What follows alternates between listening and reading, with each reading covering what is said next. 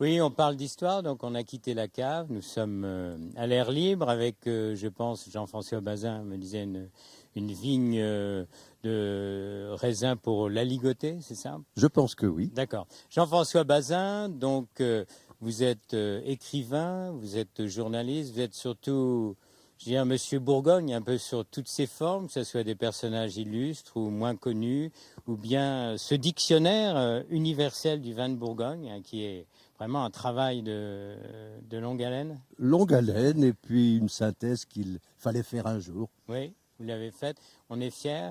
Oh, on est fiers, je sais pas. Je suis surtout heureux quand ça répond à des questions que les gens se posent sur le vin de Bourgogne, qui est un sujet inépuisable.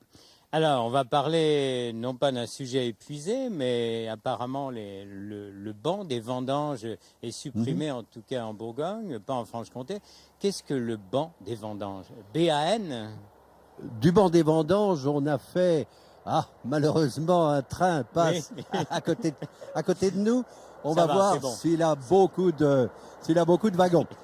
Toujours Les comptes, est-il, allez-y. le banc des vendanges, parfois on en fait une manifestation folklorique, joyeuse. C'est le début des vendanges.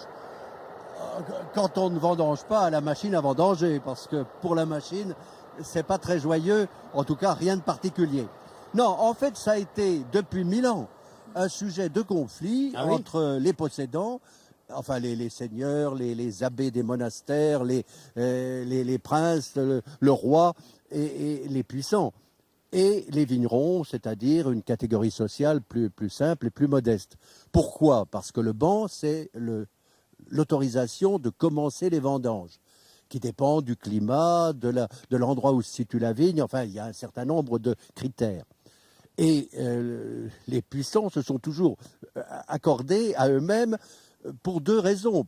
Ce droit de commencer les vendanges avant les autres. D'abord, ça leur permettait d'avoir tous les vendangeurs qu'ils voulaient, et alors que les autres devaient attendre. Et puis, en principe, c'était la maturité la meilleure. Donc, on évitait des vendanges trop précoces. Très bien. Donc, il n'y a plus de banc de Alors, il n'y a plus de vendanges. banc des vendanges pour une raison aussi un peu spéciale. C'est que le crément se vendange 15 jours à 3 semaines avant les raisins pour des vins tranquilles.